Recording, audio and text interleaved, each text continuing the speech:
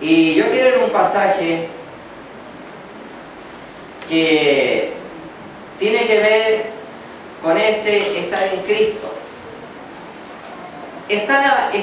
Sale tantas veces en Cristo, en Cristo, en Cristo, que ese es el tema. En Cristo, con Cristo. En Cristo, con Cristo. En este momento yo estoy en Cristo. En este momento tú estás en Cristo. Y cuando mañana nos levantemos, como decía Ricardo, te vas a levantar en Cristo, pero con un Cristo todopoderoso. Amén. Bueno, en Colosenses hay un pasaje extraordinario que nos habla de quién es Cristo.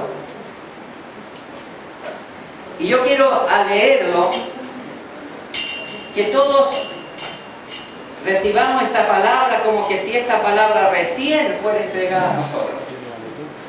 Aquí sale un nombre, como dice, es un nombre medio especial. Epafras, ¿ya? Epafras. A ese nombre le podemos poner Jorge Mitián, Cristian Romo, Iván Becker, ¿ya?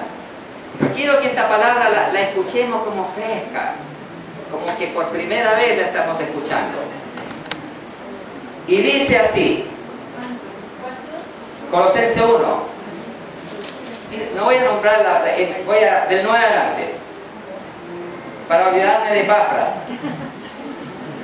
Dice Pablo, por eso, desde el día que lo supimos de la fe de ellos en Cristo, no hemos dejado de orar por ustedes.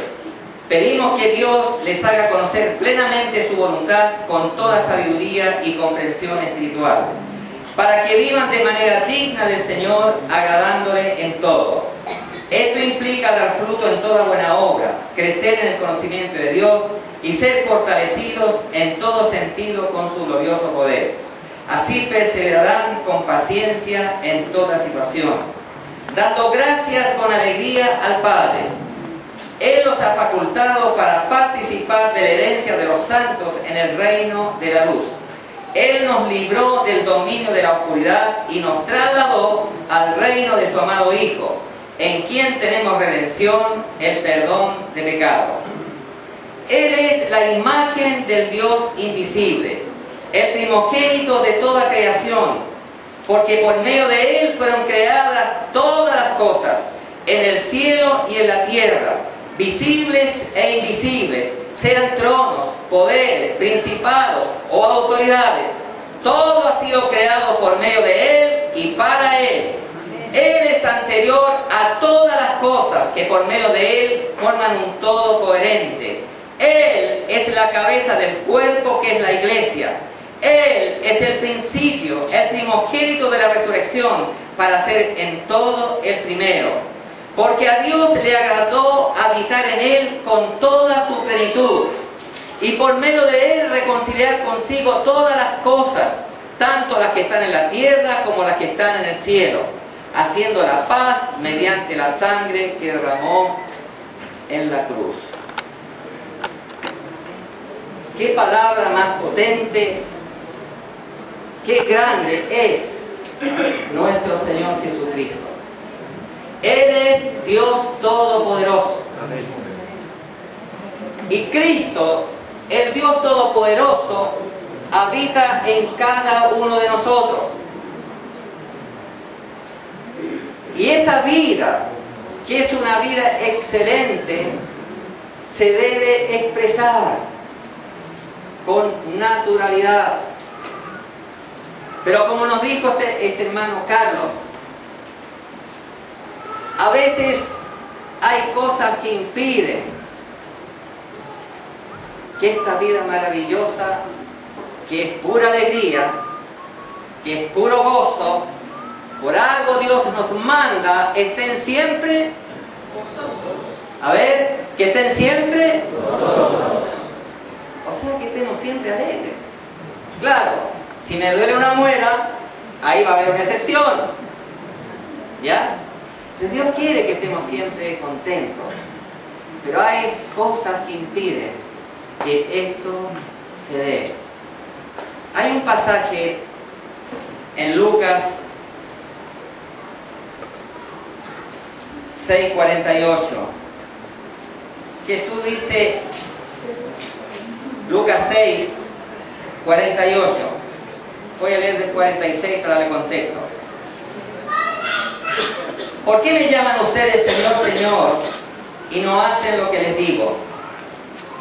Voy a decirle a quién se parece todo el que viene a mí y oye mis palabras y las pone en práctica. Se parece a un hombre que al construir una casa cavó bien hondo y puso el cimiento sobre la roca. De manera que cuando vino una inundación, el torrente azotó aquella casa, pero no pudo siquiera hacerla tambalear porque estaba bien construida. Vienen las tormentas de la vida y quieren golpear esta casa para que esta casa caiga, o sea, para que en esta casa se inunde de desaliento, de tristeza, de angustia, de preocupaciones. Pero si esta casa se cimenta en la roca, curiosamente las dos primeras alabanzas hablaban de la roca, que Cristo es nuestra roca, ¿ya? Pero aquí hay una palabra clave. Dice que este hombre cavó y bien hondo. Y entonces, para que esta vida abundante de Cristo, esta vida tremenda, esta alegría fluya más y más, nuestro Señor tiene que cavar en tu vida y en mi vida.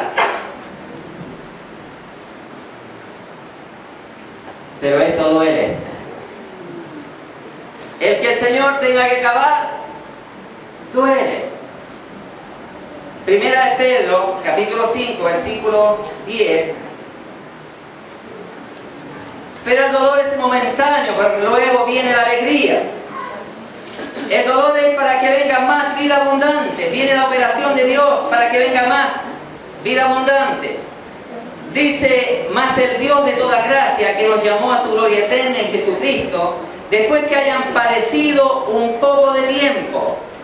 La versión internacional dice, y después que ustedes hayan sufrido un poco de tiempo, Él mismo los perfeccione, los afirme, los fortalezca y los establezca. O sea, el propósito de Dios de cavar en tu vida, de cavar en nuestra vida, es sacar todo aquello que está impidiendo que la vida de Cristo fluya. Y entonces no se establece. El hermano decía que la vida constantemente nos lleva a desestabilizarnos. Él hablaba esto de empezar a perder el equilibrio. Si yo quisiera caminar así, me costaría. Dios quiere que caminemos seguro, caminemos bien, sin dificultades. Pero la dificultad de la vida hace que nos vayamos a un lado o al otro, saliéndonos del medio de Cristo. No es que nos salimos de Cristo, sino que nos desequilibramos, porque en Cristo somos. Amén. Esto de cavar duele. ¿Qué es lo que sale cuando se hace una construcción? Sale tierra y piedras. Y otras cosas, pero son las menores. Tierra y piedras. Y cuando el Señor empieza a cavar a través del diario vivir, salen, de mi punto de vista, tres cosas. Tres cosas que nos dañan. Tres cosas que afectan nuestras vidas e impiden la gloria de Cristo, esta vida abundante. Y es pecados, heridas, cosas que teníamos muy olvidado. Imágenes que un día nos dañaron cuando éramos muy niños. Y de repente esa imagen viene a la mente y te estremeces, porque ahora experimentas algo que en ese tiempo, siendo tan pequeño, no supiste dimensionar por la propia edad. Y también paradigmas que fueron establecidos o situaciones que te marcaron tanto. Por ejemplo, de repente Dios me mostró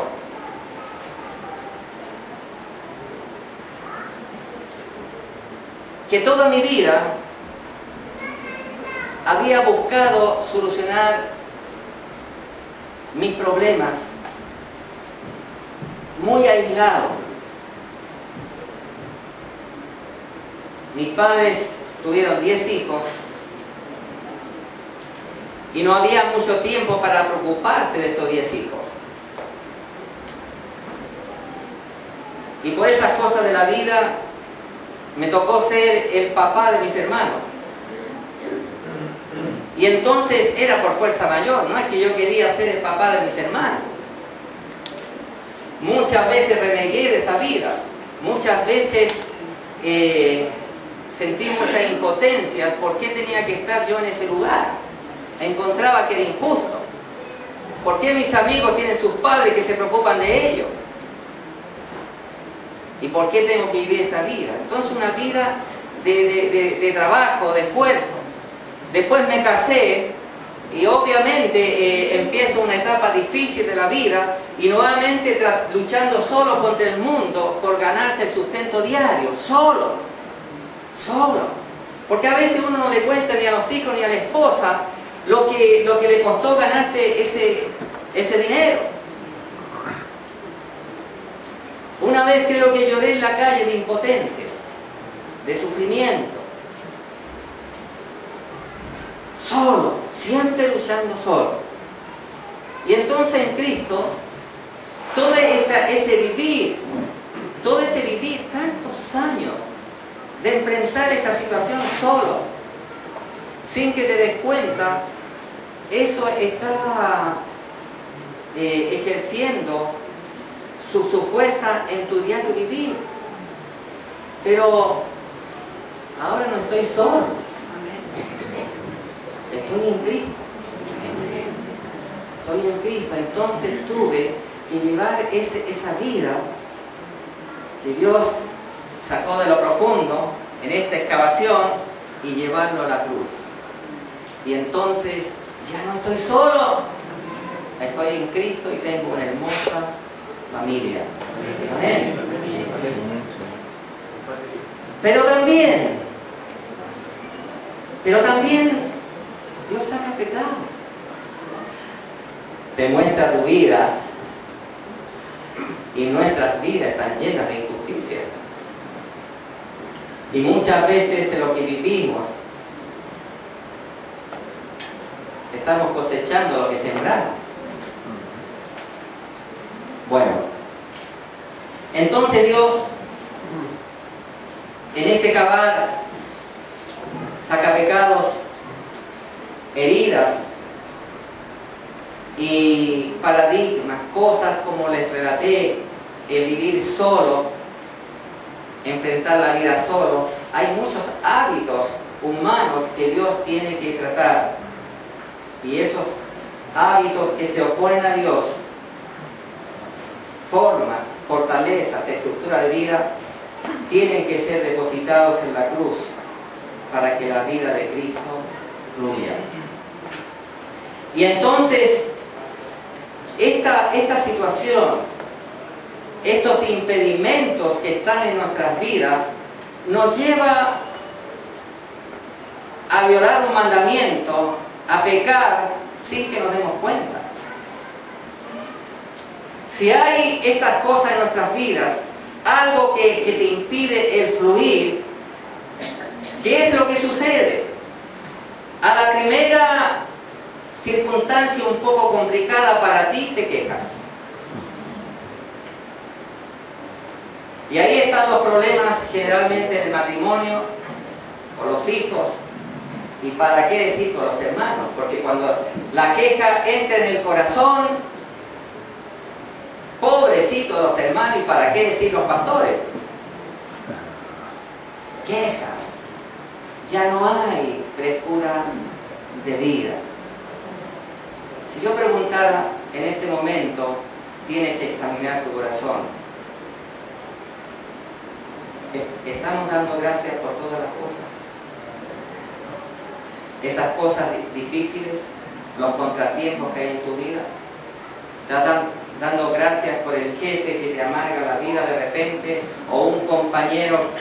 Siempre en los trabajos hay un vago. Hay uno que saca la vuelta. Y nosotros los cristianos nos esforzamos en trabajar y los aplausos se los lleva el vago. No sé por qué. El jefe le panotea la espalda y el Hijo de Dios sufre injusticia.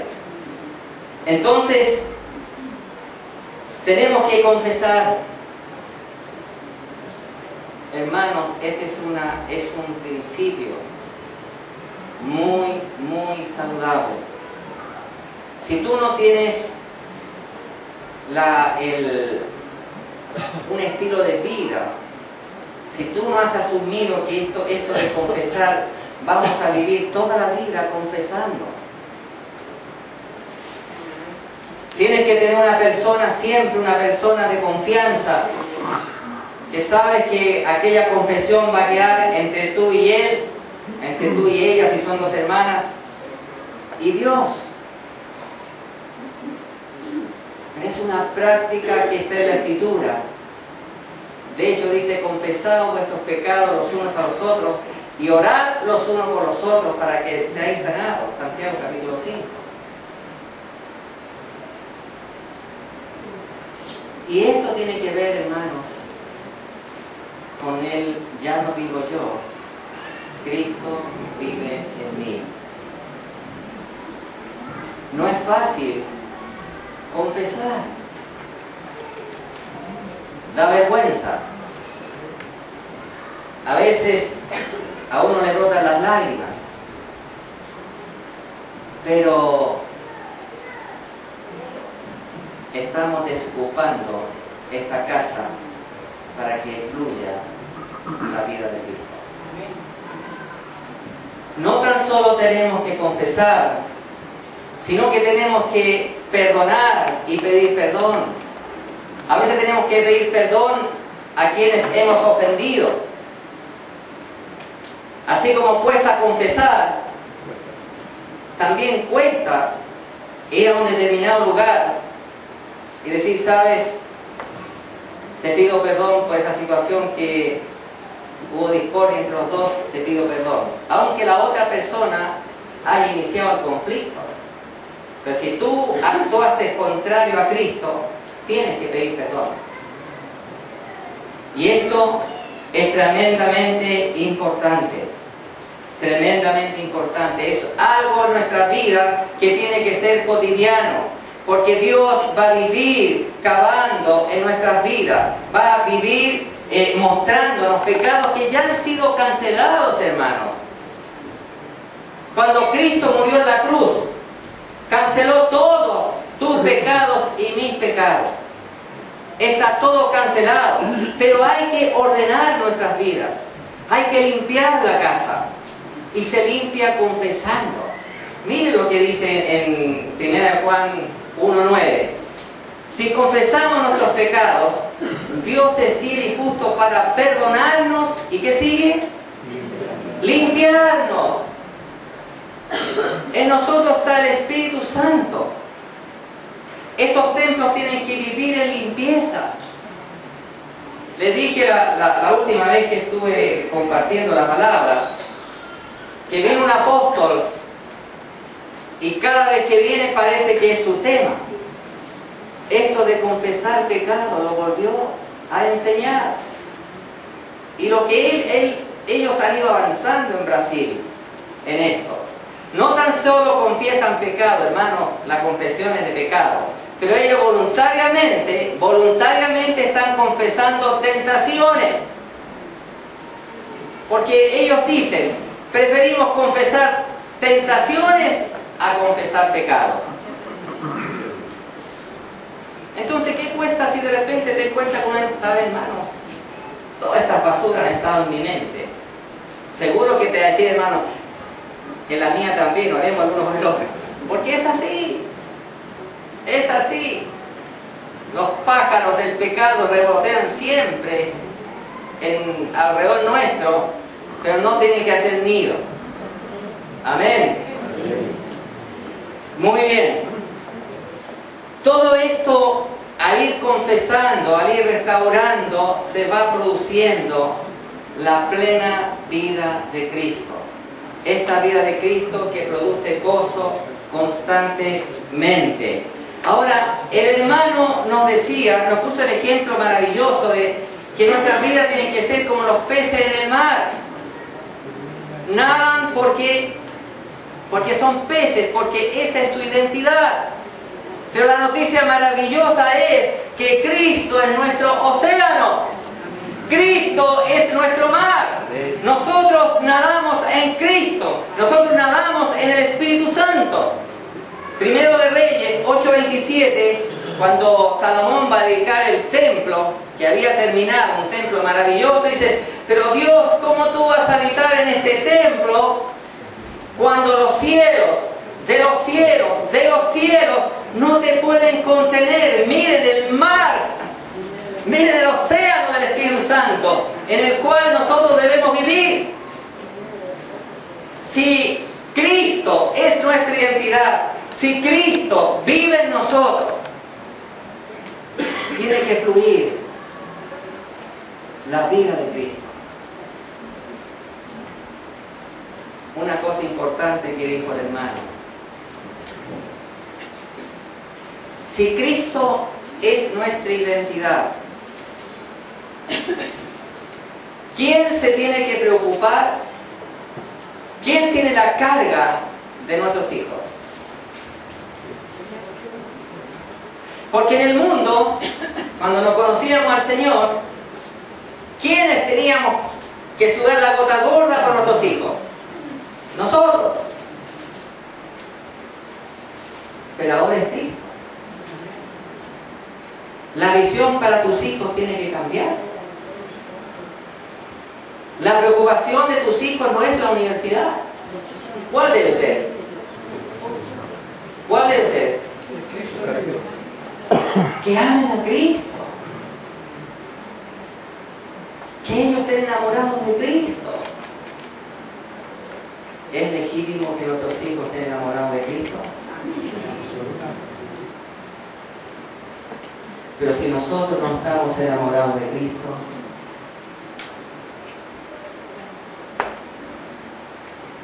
hermanos, se tiene que producir un cambio radical en nuestras mentes. Un cambio radical. En nuestras mentes, digo en nuestras mentes, me incluyo, hermano, por favor, me incluyo. Cristo está acabando en mi vida como está acabando en la tuya. Pero al analizar nuestra vida, si es mi esfuerzo para que mi hijo tenga una profesión, si es mi sudor, Cristo no es lo que tiene que ser en tu vida. No es. Y esto no es para condenar, no es para condenación, es simplemente decir: Señor, me arrepiento. Señor, me arrepiento. Eres tú el que se va a encargar del destino, del futuro de mi hijo. Señor, yo quiero hacer lo que tú quieres que haga, que mi hijo te ame. Dame la gracia, la sabiduría, no para imponerle, porque no podemos imponer a nuestros hijos: tienes que amar a Jesús, ¿oíste? No es así, no, es con gracia, es con vida natural, es con vida espontánea. Ay, ay, ay, hermano, qué terrible. Qué terrible es para mí que todo esto que estoy hablando lo aprendí un poco tarde. Solo me consuela que todas las cosas ayudan a bien a los que aman a Dios. Porque yo no me conocía.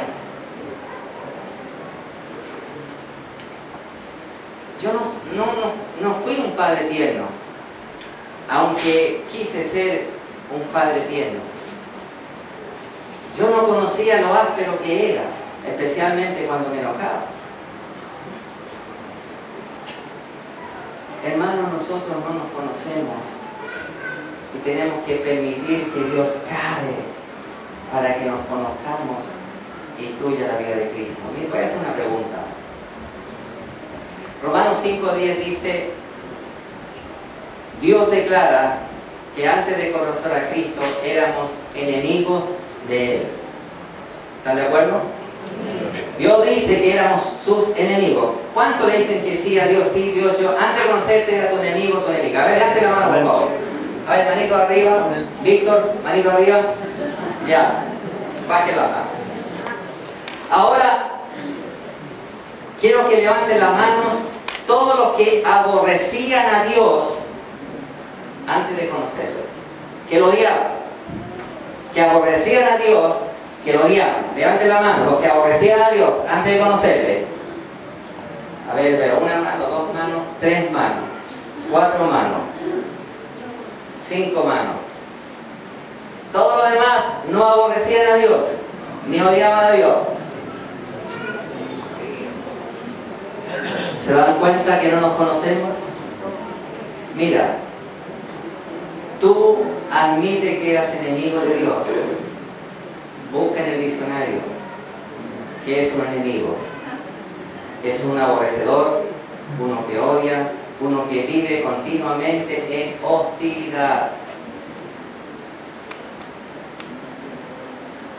¿Se dan cuenta? Y Dios nos ama, porque de tal manera nos amó Dios.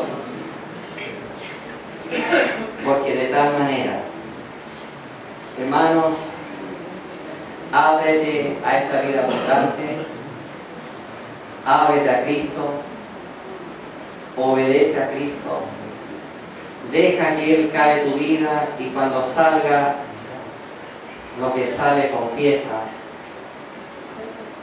para que realmente nademos en Cristo, nademos en el Espíritu Santo. ¿Saben lo que significa nadar en Cristo? Nadar en el Espíritu Santo. Amor, gozo,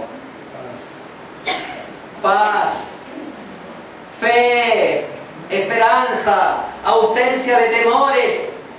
No me preocupe el mañana. ¿Qué me va a preocupar el mañana si Dios es mi Padre?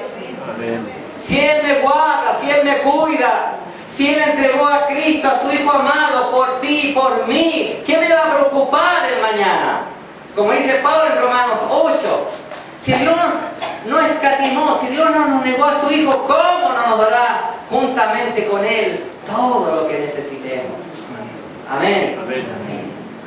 Ponte en pie, hermano.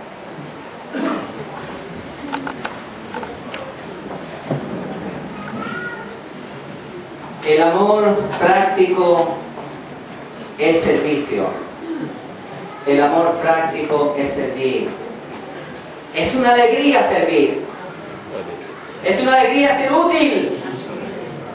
Antes ahora nos hicimos inútiles.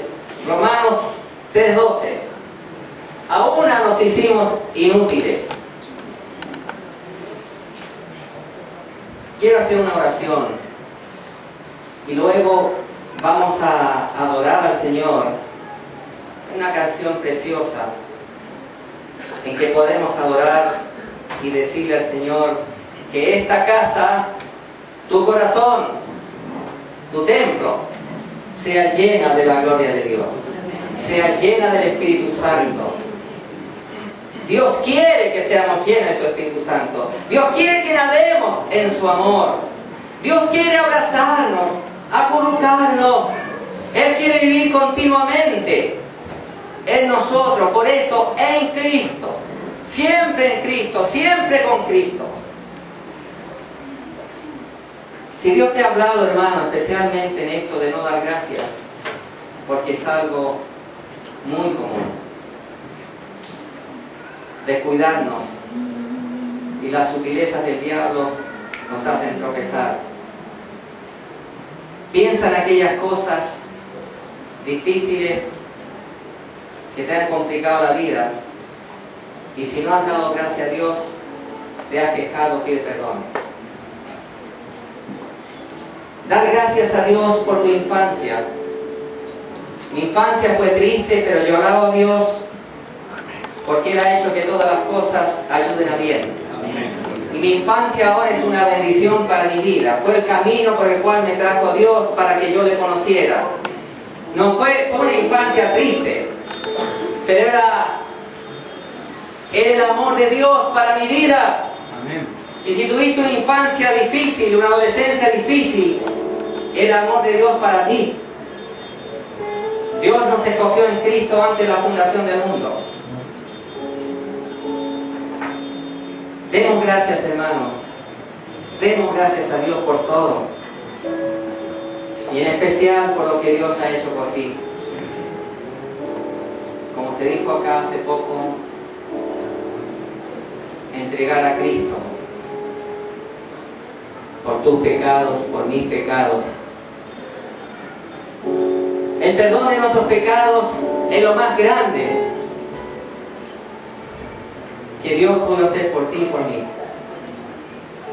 Si solamente Él nos perdonara nuestros pecados y no nos diera nada más, sería más que suficiente.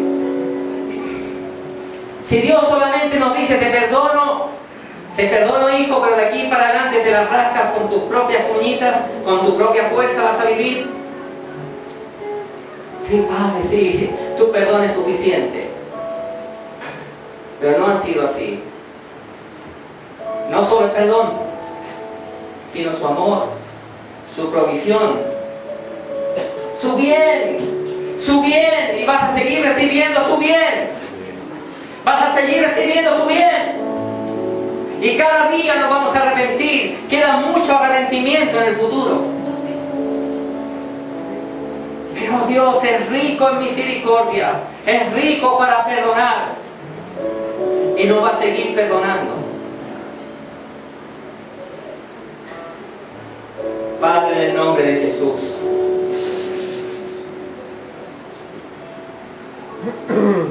que tu Espíritu Santo siga acabando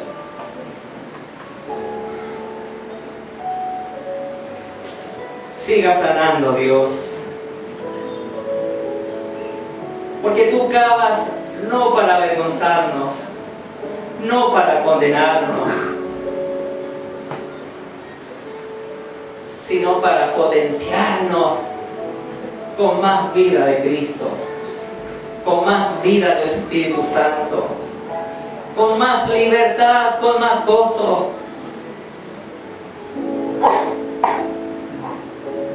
Padre, en el nombre de Jesús,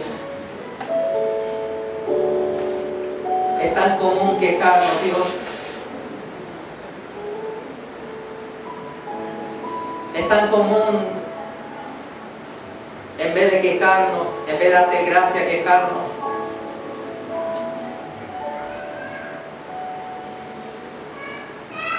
Yo creo que mis hermanos están pidiendo perdón por aquellas cosas en que te han fallado.